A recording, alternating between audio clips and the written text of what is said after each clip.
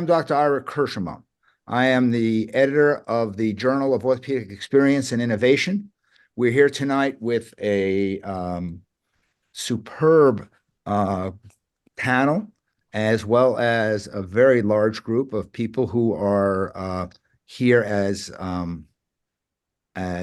participants, who I know have a lot to say on this topic, the topic of OR efficiency, patient journey efficiency. And we're going to talk quite a bit tonight about the efficiency, the technology, and change management, all related to this amazing topic. I just want to have the authors, the panelists introduce themselves. Charlie, Michael, and Mihhir. We'll start. Charlie, you want to start? Sure. Yeah, Charlie DeCook from Atlanta, Georgia, part of Total Joint Specialist. Excited to talk today. All right. Mihhir? Yeah, Mihhir Patel. I'm with Ortho Indy in Indianapolis, Indiana. Thanks for having us on board here. That's great. And Michael F. All right. Hey, I'm Mike Ast from HSS New York City, and Ira, always enjoy doing these with you. So looking forward to another fun evening. I think it'll be great. So tonight we're really talking about the metrics and the efficiency about the OR and the patient journey. And we have the author of 12 by 12, which was an article that I think belongs in the Harvard Business Review, but actually was snuck into the mix. Joey snuck it in. I think it now has over 16,000 views. All right. You know, it has more views than there are orthopedic fingers. Okay. Clicking. So it's really a remarkable article, but this discussion is going to take this to the next level. So I'd like to, start off with any of the panelists who want to start off is, why is this issue so important? Why did you go down this pathway of this type of journey? Mike, you want to start? Yeah, sure. I mean, I'm sure in the back of everyone's mind, they're all going to think the answer is money. I'll start with that's not the answer. My answer for the reasons for really starting to look closely at OR efficiency are to solve two significant problems as a surgeon: control and burnout. Right? And these are real issues facing all of us moving forward. And one of the many reasons a lot of us got into things like our ambulatory surgery centers was control. The hospitals, we were simply losing control, couldn't talk to people, had no one to know. Every time you got to know the administrator, they'd leave, and 6 months later, it's a whole new team. I mean, it's the same across all the hospitals in the country. And so surgery centers gave us a little more control. And then all of a sudden they gave us some insight, some opportunity to say, wow, maybe we've just not been doing this very well. Couple that with one of the things that drives a lot of burnout in this generation of surgeons is not getting time at home, not getting time to manage their emails, manage their Epic inbox, see their families, take time off. And you realize that in your operating room day, how much time you spend standing around doing nothing is correlated to how bad your day was, right? And the less time you're spending around doing nothing, the more efficient you can make that day go. It's not even always about doing more cases, about doing more work in the amount of time you're there so you can make it to the pickleball court, right, Charlie? So you can make it to your Peloton ride, so you can make it to picking up your kids, so you can make it to see the spring play that evening, whatever it is. And those things are a real factor when it comes to how are we going to manage the physician burnout epidemic over the next 20 years. So the answer is, why do we get into this, was control and burnout. Great. It's great. Mihhir, what are your comments on that, kind of the why of all this?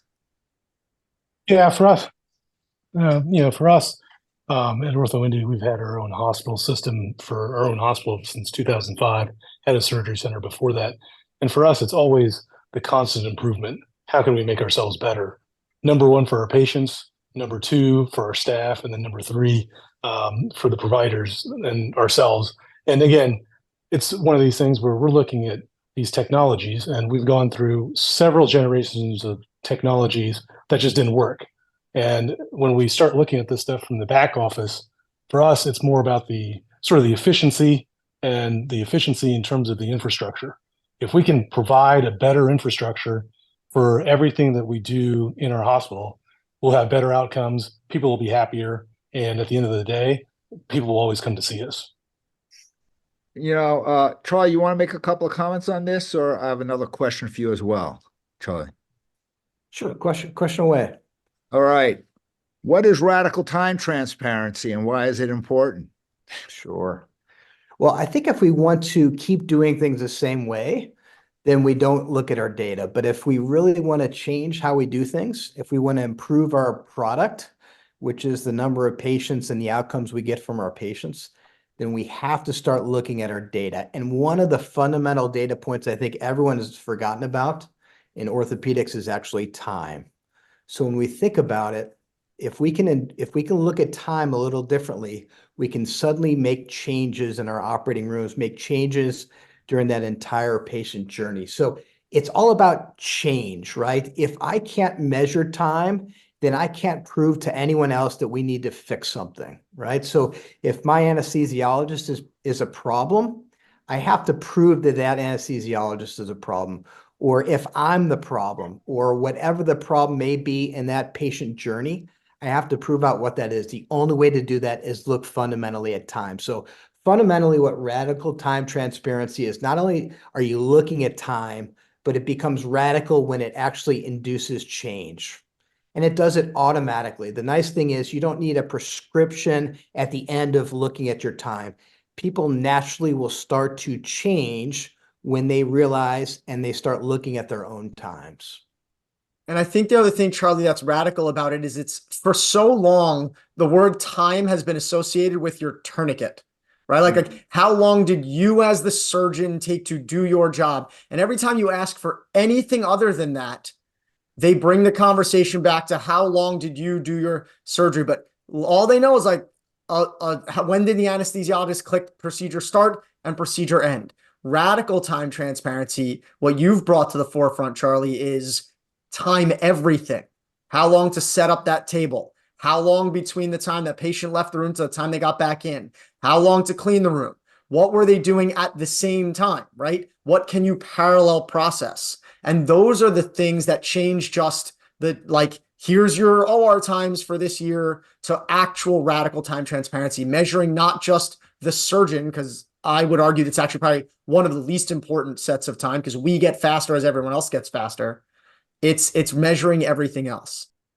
That's a great point. I think a lot of people think of efficiency just in their part, right? So if it's a surgeon, it's from cut to when I walk out and someone closes, right? But you can't ignore all the rest, right? Because if all the rest is not working well, then your part will never work well. So you have to fix every step. And changing your time does very little. You cut 5-10 minutes off of your surgeries throughout the day, you'll save yourself a total of 25 minutes. You cut your turnover time, your wheels into wheels out time by 40 minutes, you save yourself 3.5 hours, right? It's a very, very big difference. I think the strangest thing that I found in this process is that if you ask any surgeon what their time is for a total knee, no one will really know that answer. How can that be? How can we not know what our average times are? We don't. I mean, you ask any surgeon, I don't care if it's at the best institution like HSS or the worst, I mean, no one knows that. I think it's because they're going to be horrified. If you look at the last 20 years, it's been on average about 95 minutes. At least that's what's been published. And that hasn't changed in the last 20 years. How is that? I mean, how is it that we have not really fundamentally changed how long it takes to do a case in 20 years? It's unbelievable to me. I just want to What's truly interesting is the radicalness of the time transparency. Yeah, go ahead. Sorry. So what I truly enjoy about this conversation is that it's truly the radicalness is actually changing based on the time. So doing something with the data, with that time, and then actually identifying what the problem is, and then changing it. And as owner operators in the surgery centers, in the hospitals, we have that luxury. We have that power to do that if we have the proper data. And that's where focusing on sort of the patient journey ends up giving you all those data points, not just us, but everybody else in terms of the entire team. We used to It's have also- time. Oh, get Charlie. I don't want to interrupt you. Well, I was also going to say, this plays such a big part in patient satisfaction, right? So we looked at our times this last year, and we were making patients wait about 49 minutes from when they got to the pre-op to when we brought them back to surgery. That's 49 minutes of them waiting around, sitting there cold, maybe under a blanket, maybe not, getting nervous about their surgery. So we said, how do I cut down on that time? We had this huge buffer, right? Because we wanted lots of patients to go through our system, but that was at the expense of the patient, right? We looked at how long we waited in the waiting area. We were waiting 16 minutes and waiting. And I said, well, why are we making patients wait at all in a waiting room? We shouldn't have to do that. We should know enough about our time. So each of those metrics is making us rethink how we're spending that time and how do we affect change to make that patient experience better.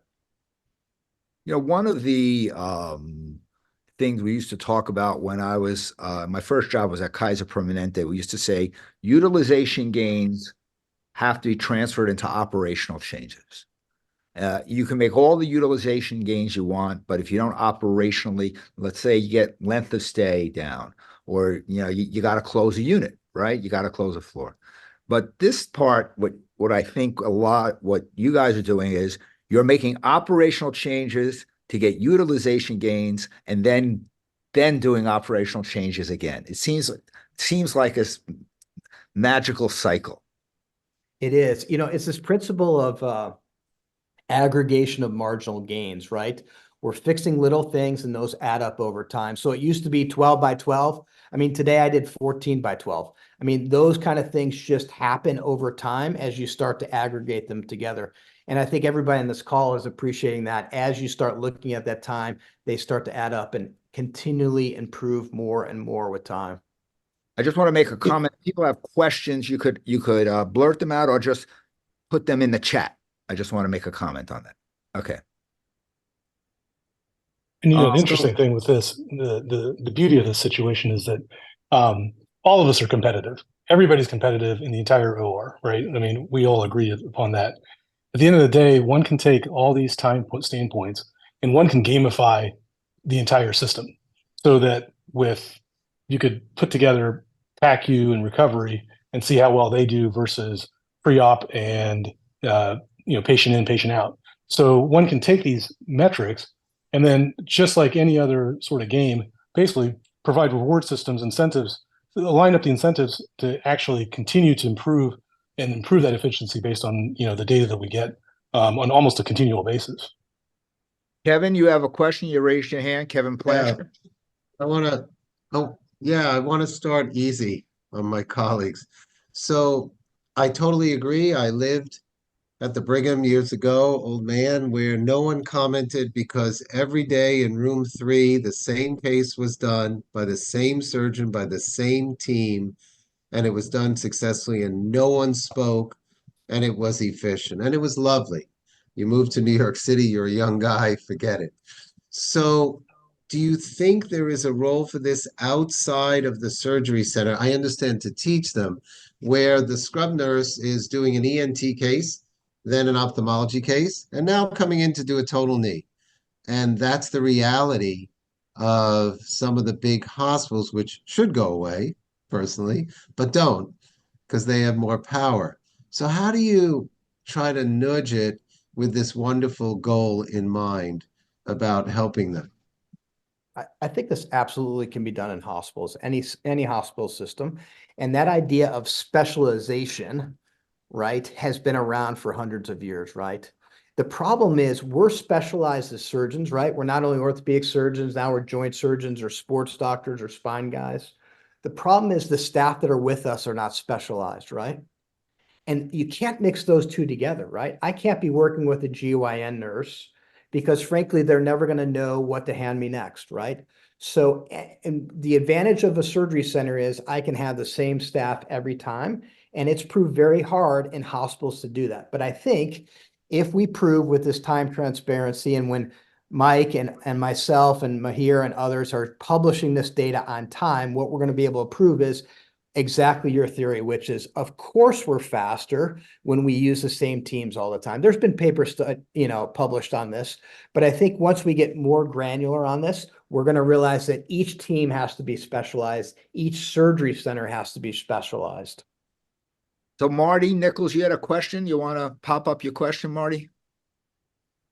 Sure. So as you started to really look at these time and measure them and stuff, what were the one or two things that surprised you the most? Where was the biggest change, or the things that you wouldn't have expected that you gained the time or lost time?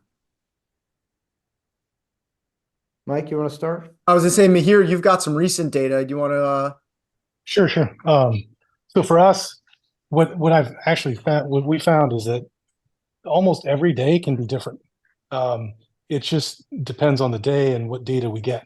So if the anesthesiologist happens to be late one day, that room starts later, we know exactly where that came from. For us, it was, whether the quintessential question is always whether an orthopedic surgeon should have a jump room or not, and whether, that jump room is justified or not at the expense of another partner. So for us, when we look at this data and we compare it to the other data at other surgery centers, we can clearly delineate with the times, with the times as to whether somebody deserves a jump room or not, depending upon how fast they are and how fast they can get their cases done. But truly, what we found is that it really, like, every day can be a little bit different. And I think even talking to Charlie and talking to Mike, especially with Charlie, their issue was some of the patients coming in pre-op early. I mean, that happened to be one of their challenges. One of our challenges is actually on the recovery side, like patients hanging out longer than we want them to. And so again, it truly is unique in the sense that one can really pinpoint in a customized way, basically what's going on in their surgery center. It's almost a real-time consultant with this sort of system, by just looking at the times. I will say, if there's one opportunity that everyone has, it is in room to cut time. So that's like a lost metric. For whatever reason, we always talk about turnover time, which I think is a very poor metric because it involves too many time metrics. You can't fix turnover time like that.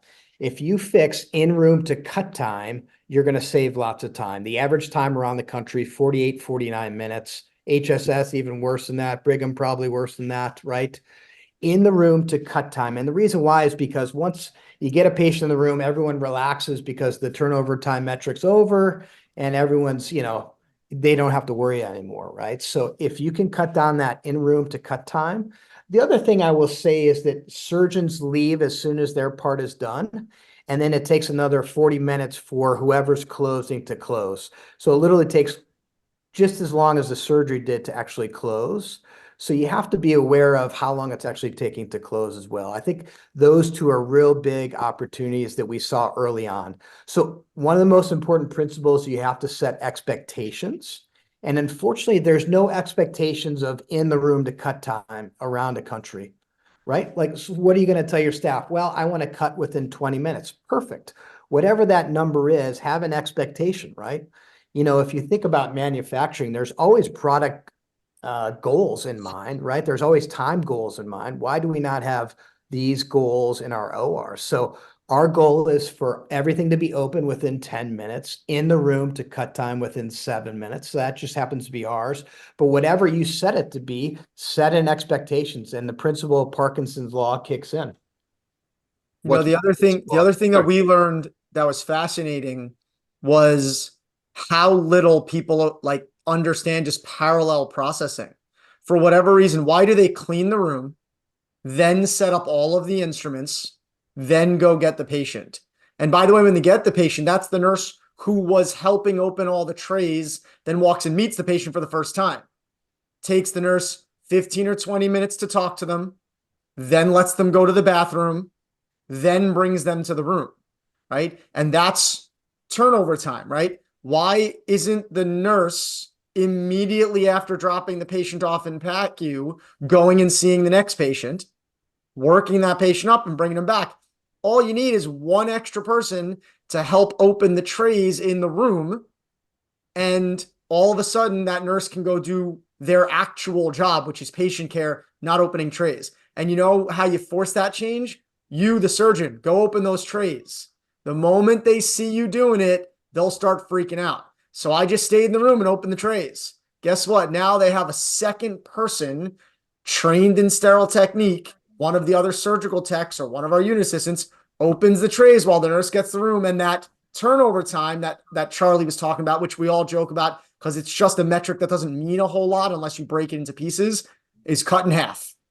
And our whole day is cut in half just by having people do their actual jobs and not waiting for one other person's job to be done before you do the next.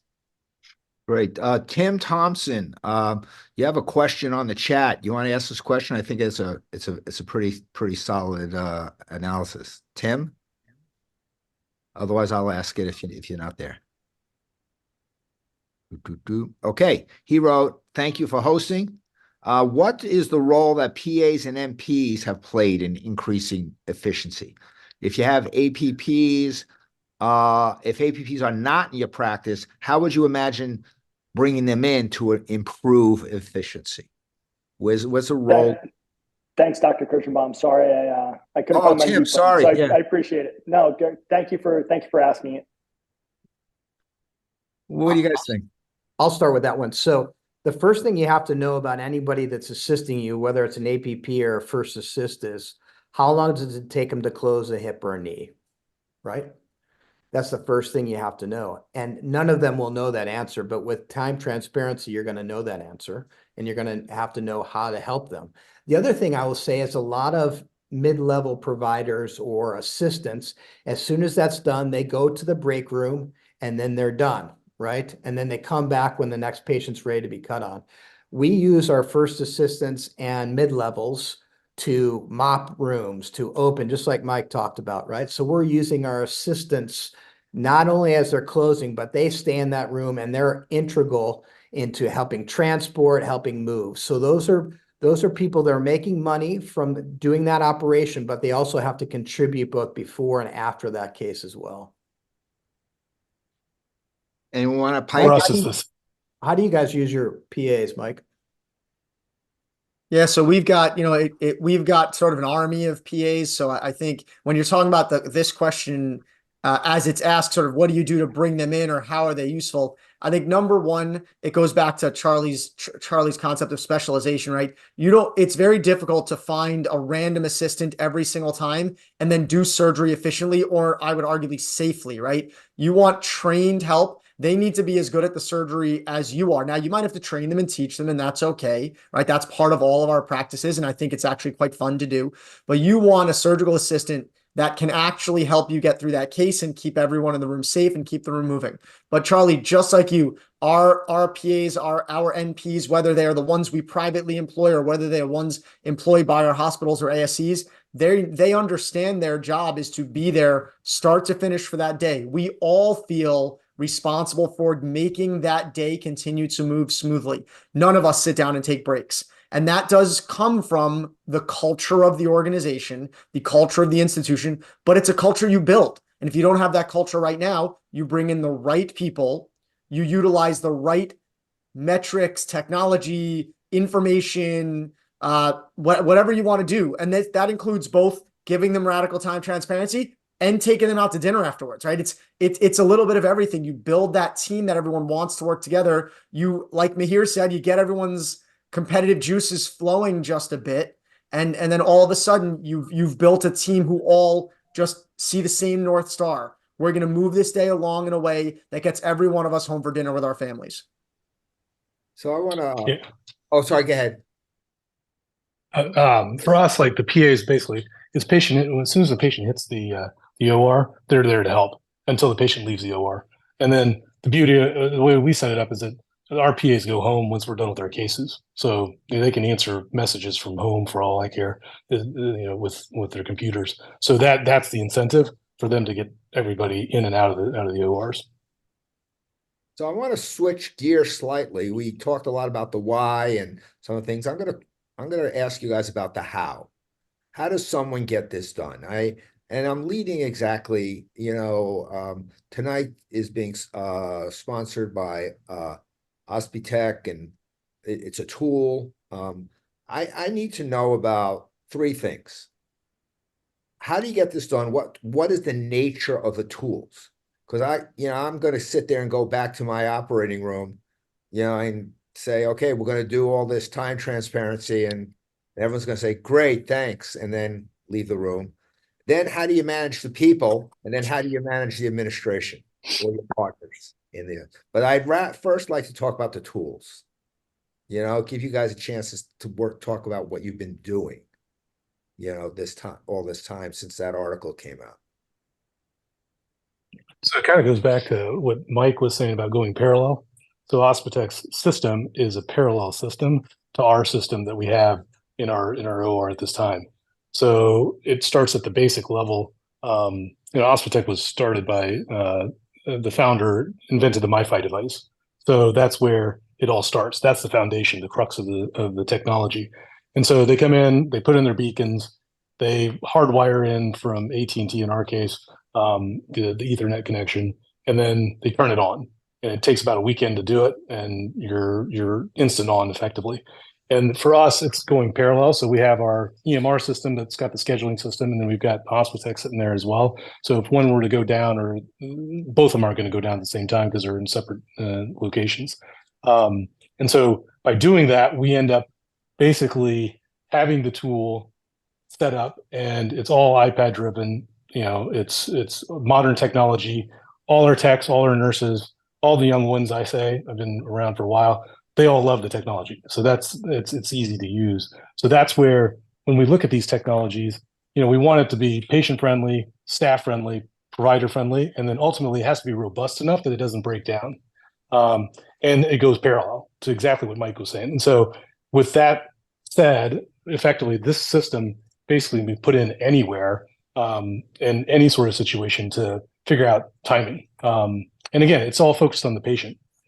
So you put the beacon on the patient, and it's automatic as far as where everything gets stamped into the system. And for the administrators, anybody can look at that OR and from anywhere in the world, because it's all web-based. And so you can be on vacation, you can be at a conference, you can be wherever. And if there is an issue from a staff perspective, from an OR perspective, from a cleaning perspective, every team member, every basically process of taking a patient from into the OR, out of the OR, back home, can be accounted for with the system. That's the robustness of the system. Excellent. For us, when we implement any technology, it has to be silent, meaning I can't require my staff to do anything, right? Our staff are so busy doing things. I don't want them to have to do another click, another program, another application, another anything, right? We're all overworked from that, right? So the beautiful thing of Ospitec and One Team actually is that it's all automated, right? So literally you're putting a wristband on and that's it. Like, my staff don't have to push any buttons. It automatically happens, and it follows through that patient journey. That's the beautiful part of a technology that allows you to have this time transparency, is you can't have any more additional tasks for staff. So the staff have no idea, right? But yet they're seeing it transmitted on the OR board. They're seeing it on our iPads. We're watching them. And the beautiful thing is it automates to the family too. So it automatically updates the family where they're at in the process. I don't have to call. My nurses don't have to call. I can text them at the end of the case, or I can call them at the end of the case. But all that is automated based on where they are on that patient journey. So for me, the cool thing about any technology is it's got to be silent, and that's the key for adoption. Michael? Yeah, I think, one of the challenges is, especially with a lot of the large institutions, is they say, well, we have all this data already. It's in Epic, or it's in Cerner, or whatever. Have you ever tried to find any of this in there? It probably is, right? But remember, those are billing systems, right? What you need is a silent partner, exactly like Mihhir said. this particular system works as a silent partner. And maybe there are others. This is the one that the three of us happen to work with. But it works as a silent partner. It's not changing what goes into our electronic medical record. It's just giving us more information. And then once you have the information silently recorded, meaning that no one had to do anything to make it happen, now you can start to simply display it. Now you can start to simply analyze it. Now you can start to look at it. And once you get a feel of kind of how it's going, in the beginning, honestly, you're not changing anything. You're defining the problem. Right? First, let me actually try to understand the problem. Like Charlie said earlier, how long does it actually take to do any of this stuff? What is my wheels in to wheels out, my wheels in to cut time, my own surgical time, which I'm sure I could make up and tell you. But before I had this system, I probably didn't actually know. I knew like tourniquet time, sort of. Then I stopped using tourniquets, which I was real proud of because my tourniquet time went to 0. I was like, see, took no time. It was great. But I think what happens is first you start to gather the data, then you can personally analyze the data. And if you're someone like Mihhir, who's looking across their privately owned specialty hospital, as well as their surgery centers, you can start to aggregate the data across your own centers and say, here's what we look like. And then you can then you can make the data actionable. You can say, okay, here's the bite today. You know, Charlie always talks about how do you eat a whale one bite at a time, right? Just like, here's what we're going to take off today. Here's what we're going to start with next week. Here's next quarter's goals. And that's that aggregation of marginal gains, right? So that's that ability to say, we made a little improvement here. We saw a new problem here. We made a little improvement here, a new problem here, a little improvement here. You turn around in 12 months, you're like, wow, this place is great. You're like, oh my gosh, look what happened by just making those little changes based on real data. And only real data drives change and money. Only real data or paying people more money drive change. I right. You know, one of your fundamental questions was, okay, how do we make this happen in our ORs, right? Yeah. And I think one of the principles that everyone has to really understand here is this idea, this theory of constraints. And that is, you have to identify where the bottleneck is. And the beautiful thing about technologies like Ospitec or One Team is it identifies those constraints, right? But any hospital, any ASC, any OR in the country, there is one fundamental constraint in the system. Do you guys know what that is? Ira, what do you think? What is the fundamental constraint in the system that we're a part of, our OR manufacturing plant? For me, it's buy-in from the people. Yeah, That's what it is for us. Yeah. Getting buy-in from, you need a sponsor, you need a team leader, you need frontline people, but that process of buy-in is very difficult. Love it. I love I it. think it's the surgeon. I think it's the surgeon. Who is that? That's exactly right. I love it. How'd you know that? It's perfect. Pamela, I'm Pamela Kernovic. I'm the manager of value analysis at Peace Health in Vancouver, Washington. You're the I first one used that's to work actually in- answered that correctly. I love it. Brilliant. Why is the surgeon the fundamental constraint of the system? Well, I worked as an RNFA for a neurosurgeon.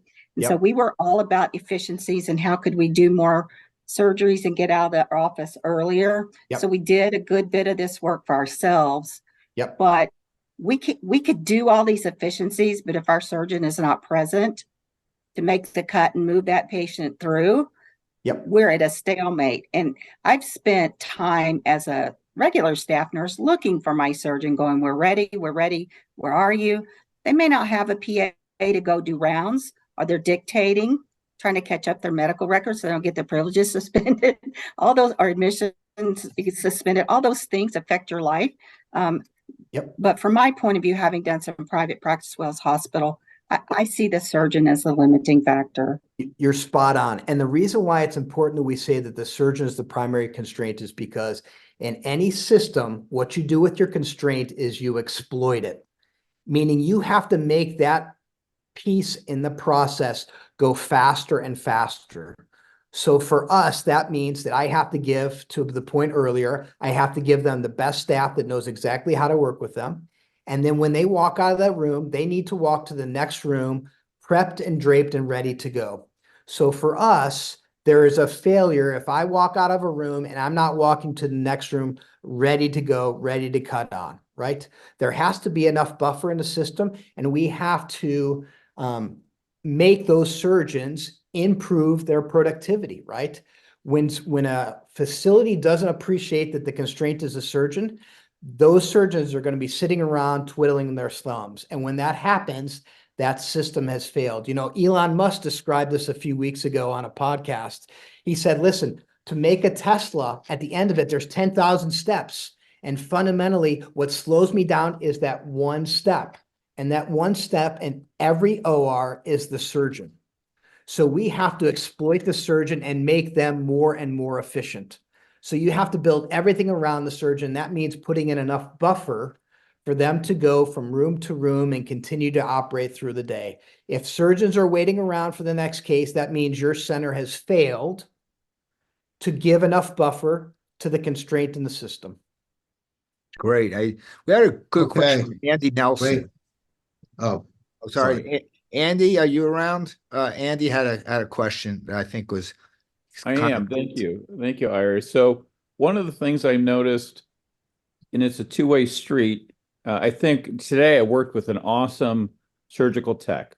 I left the OR thinking she just made the day great. And then there's times when there's not that person. And I'm just wondering in this process, I don't think we really detail expectations. And if we do, maybe I have an expectation personally, but the systems don't do that. And there's no way to really evaluate it.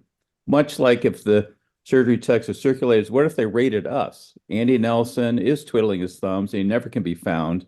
There's no one reports back to us. It's kind of self-policed, or maybe the manager of your OR. But does anybody know that circulators and specifically scrub techs are evaluated? And are there expectations of what we want to accomplish what this webinar is trying to put forward in place? Thank you. Someone want to take that on? I can. So Yeah. we evaluate all our scrub techs and all our circulators, and we do it with time. That's the fundamental way we do it. So we look at their average time versus all the other scrub techs. We look at the circulators. What are their turnover times? What are their wheels in to cut time? We look at every metric based on each individual person, and we will have those meetings every month. So we not only have those meetings, but we also post them in the locker room. So every surgeon, every scrub tech, every circulator has their average times, and we post them. That's very So transparency to the staff and for the surgeons, to the point Andy made. Absolutely, the surgeons as well, right? Because we have a whole, obviously there's a big smattering of different averages for the surgeons, but they want to improve when they see that they're at the bottom of the bottom tier. And I think the challenge is, the reason, Andy, why this stuff doesn't exist is because no one's measured it before. And if you can't measure it, right, Charlie, can't measure it, can't change it, right? It's just as simple as that. And so the first step to doing this, to creating whatever measurement you want, is to start measuring. Pick what you're going to measure. And if time is your answer, then time is your answer. If quality is your answer, quality is your answer. How do you measure your vendor partners? How do you measure your SPD? How many holes are in the trays? How many trays are they bringing for an average case? There's a million ways you can do it. A lot of us think once you're in the operating room or once you're part of that patient journey, time is a very helpful one to use. But you've got to measure it. You've got to have a system measure it. That's the key. Kevin, you Ira? raise your hand, and then we have So- Tino. yeah, I'll be quick. So I want to thank you, Charlie, Mike, and Mihhir, but I want to throw the monkey wrench in. Everyone in business knows volume is a loser. And the problem isn't, I have no waiting room because I'm on time. I admit I'm lucky because after 27 years or whatever, I said, there's no reason to do insurance. I want to know the wealth of the individual, and I will adjust their cost accordingly, which I believe everyone can do. So when you're making $900, you're right, you have to do 10 cases. I will never do 10 cases in my life. I couldn't care less. I'll do 3, and I'll be paid so much more.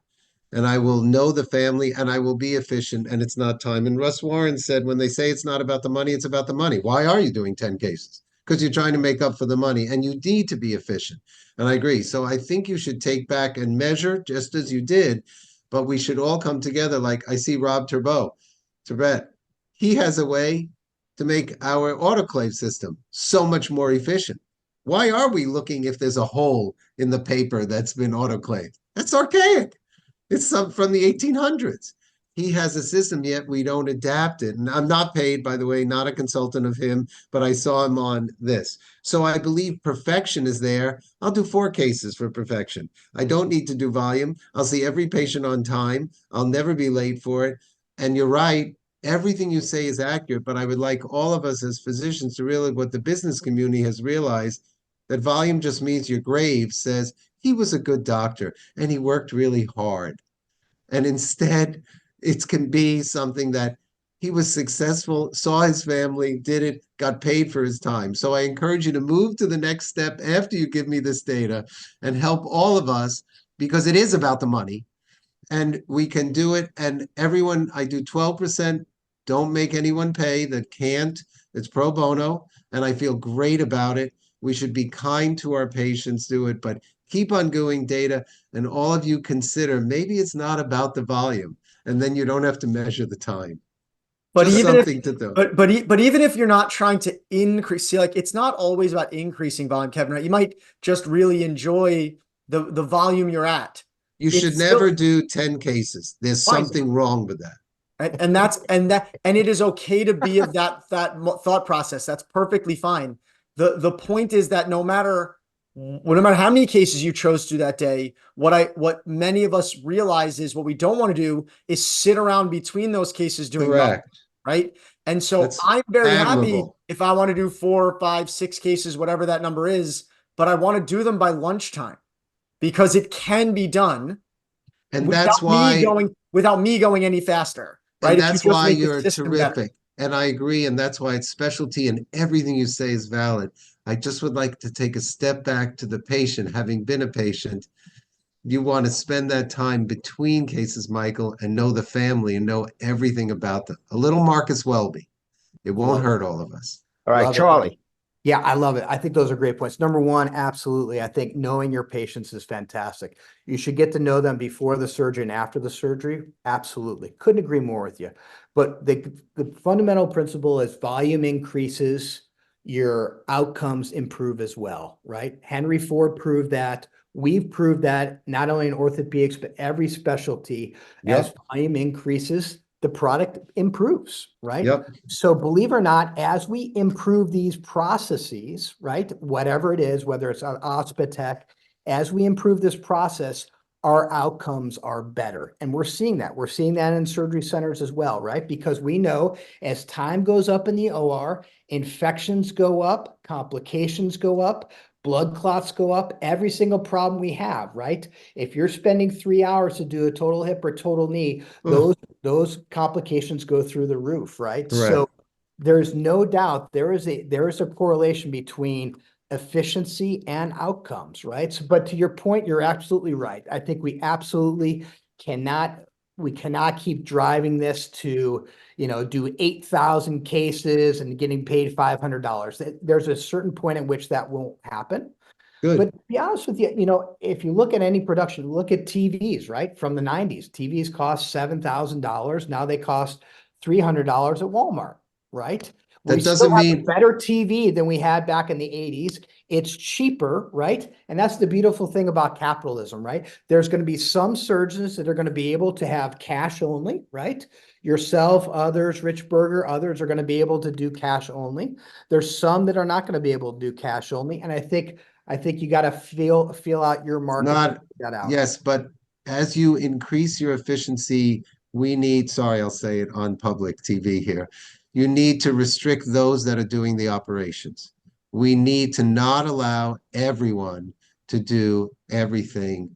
And that is where we are wrong, in my opinion. Oh, I want because to bounce you- on that, Kevin, for a second. Chris Costantino, introduce yourself. Yet your question in the chat speaks to exactly what Kevin's talking about. Chris, are you available to talk? Yeah.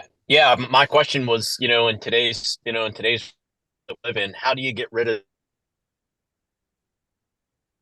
Oh, just missed you. What's the mechanism for doing that? Getting rid of sorry, the can you bad hear me now? apples. Yeah, we hear you now. Yeah, how do you get rid of the bad apples how do you get rid of the bad apples that are causing inefficiency or problems, et cetera? Is it simply by incentivizing them to be efficient and that kind of takes care of itself, or what's the answer to that? For me, it's all about culture, which was Ira talked about earlier, right? So it's about setting the right culture, and people just that don't want to live in that culture, they leave, right? I don't think we have to incentivize by paying them more and more to be more and more productive. We have not found that to be the case at all. We pay our staff very well. We have lots of staff. We have a good working environment, but we're not paying them extra to be faster or do anything like that. We've set a culture, a high standard, and that is, listen, in the room to cut time is 7 or 8 minutes, right? So we set certain expectations, and there's people that drop off, and they drop off not because we tell them to leave, it's just because they know they can't handle it. So then they leave, right? So if you set the right culture, you will attract the right people. Yes, of course, occasionally we have to fire people or get rid of them if they're not working out. You need to be in a culture where that's possible, right? Yeah, it's a combination. Sorry, go ahead, Chris. Yeah, I love that. I love that answer because culture is really everything in any organization. I think the most It's self-motivating. The problem that we find with cultures all over the country is this idea of organizational debt. And that is this. Over time, you get more and more laws instituted in your hospital, and that debt grows more and more and more. And suddenly there's a sign on the door saying you can't cross here, or you can't do this on Tuesdays, or, the rules just start adding up, and that kills your culture over time. So that organizational debt is really what you have to chip into. You have to break down all that organizational debt, start fundamentally at what is true efficiency, which is output over input, and start over, right? You have to start over. Even if you're in a hospital, you have to start with a individual team and say, we're going to fix the culture in my room. And then you can fix it for the whole hospital. Great. Yeah, Chris. Is that it? Hi, this is Slim. Can I make a comment about Kevin's comments on the volume versus quality part? So I am not a surgeon, but I have witnessed maybe 100 surgeries as a scientist, as a technologist, as a developer, being in the surgery centers. And when we developed the Hospitech platform, there is one principle that really we looked at, which there's a French chemist by the name Antoine Lavoisier. He's a very famous major inventor in chemistry. He said, nothing is lost, nothing is created, everything is transformed. So as an outsider, when we looked at the energy inside the surgery center, is amazing. When you see a nurse walking from the front desk back to the PACU, back to the OR, running around trying to do tasks that she does not need to do, they can be solved with technology. We looked at all that energy, and then we were saying, how can we funnel that energy toward the patient care, toward giving the surgeon, to Charlie's point, who is the major constraint in the system, how do we enable the surgeon to be the most efficient possible using that time? And as a result of that, in a chaotic system, if a surgeon can do 2 surgeries in an optimized system where the energy is rightfully funneled, he can maybe do 4 surgeries.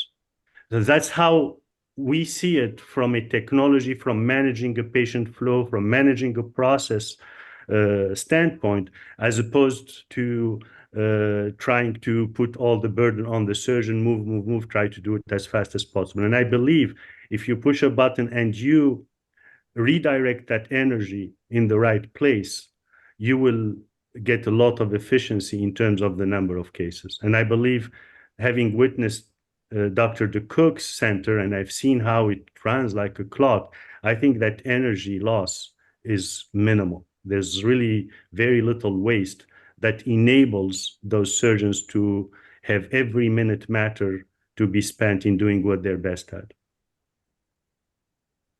This is a great point. I mean, that is the center piece of why this works for the people who are using it. I want to go back and, you know, it's amazing how 55 minutes and an hour could go by so fast. You know, I mean, all of us could have done 3 cases in this time period, I bet. Some of us. But I would like our 3 panelists to just sum it up a little bit about some of the take-home messages for people who are in situations that are not ideal for them, but what would be your advice in implementation and understanding. We talked a lot about mission tonight. You know, I call culture a mission. You know, what is the mission of your organization? You got to get people in line. But just some comments about really implementation for the common surgeon, you know, who may do common things uncommonly well. All right. So maybe we could just sum it up. I'll go reverse from where we started. Mike, you want to, you know, give a few comments about that? Yeah, I mean, culture comes from within, but culture comes from the top. I think building this culture of efficiency starts with you. And again, I want to be very clear, that doesn't mean you have to be a fast surgeon. It just means you have to not be a surgeon who disappears between cases for 5 hours to go do something else. Like, we had a surgeon where I did my residency who used to do a case and then go home and have lunch and then come back. That's okay, but understand that's exactly how the rest of your team now thinks they should act too, right? So be there, be helpful, be nice, but don't be afraid to push people to say, okay, like, what are we doing right now? Why is the room empty? If you ever see the room empty and you know there's a next step, go in and do it. Do it twice, other people will follow you. And so I think this really is about understanding how to create a culture of efficiency, and you're doing it to make your day better, to make your surgeries more efficient, to make your outcomes better, but you're also doing it to protect the most important asset we actually have, which is our own time to spend with our friends, to spend with our families, to spend doing the things we love, to spend, as Kevin said, getting to know our patients, returning their phone calls, following up on their MRIs. And if you're spending your whole day wasting time in the OR, it's much harder to do that. So I think be the leader of the team that you want to see. That's the critical part. And that goes for your OR team. That goes for within your organization, your personal practice, your private practice, your ASC, your hospital, whatever it is. Show them you're the leader that is going to lead this team, and people will follow. Mihhir, some parting words of wisdom? Sure. For us, it's about the communication. It's communication between the patient's family, staff, and ultimately the surgeon and the providers and the ORs. And so if the communications that go out to patients and patients' families, they're the ones that come back to you time after time after again. They were the ones that will follow you around town if you change systems, go different practices, wherever you end up practicing. And then if you take care of the patients and the patients' families, the staff are happier. They don't have to deal with the complaints up front. They don't have to deal with the complaints on the back end. They're happy because they know exactly what to expect. It's about, you know, meeting their expectations. And at the end of the day, if you serve those folks well, you will be served well by them for a long, long time, and you'll be the quiet leader in that situation. And so those are the kinds of things that we look for. And it's miscommunication that always leads to the errors. It leads to the bad outcomes. Great communication always seems to work out well for the entire organization. That is awesome. Charlie, I'm going to ask you to bring us home. Yeah, I think it fundamentally comes down to what the definition of efficiency really is, which is output over input. So you have to really look at yourself fundamentally and say, what do I want my output to be as a surgeon? If it's for Dr. Plancher, if it's 3 cases a day, perfect. It's 3 cases a day. What do I need my input to be to make that happen? Right? I don't think any of us really look at production goals like we should. A lot of joint surgeons say, okay, I want to do 500 a year. Perfect. If you want to do 500 a year, what kind of staff do I need to invest in my turnover time? What other supplies do I need to make that 500 happen? If I want to be done by 3 o'clock to get to my kids' game, whatever that is, set your production goals, set what you want your output to be, and then fundamentally backfill that with whatever input you need to make that happen. That's what true efficiency looks like. Well, we're at the magic hour point, and I really want to thank everybody sincerely. This was a phenomenal topic session. I want to remind people that thank you to OpsiTech for sponsoring this. Joey is very thankful to our panelists, and it's been a great evening. Charlie, Mike, Mihhir, Slim, all the people who ask questions, Marty, everyone who shows up all the time. We're really trying our best to be very open and transparent in publishing as well. So, so thank you so much.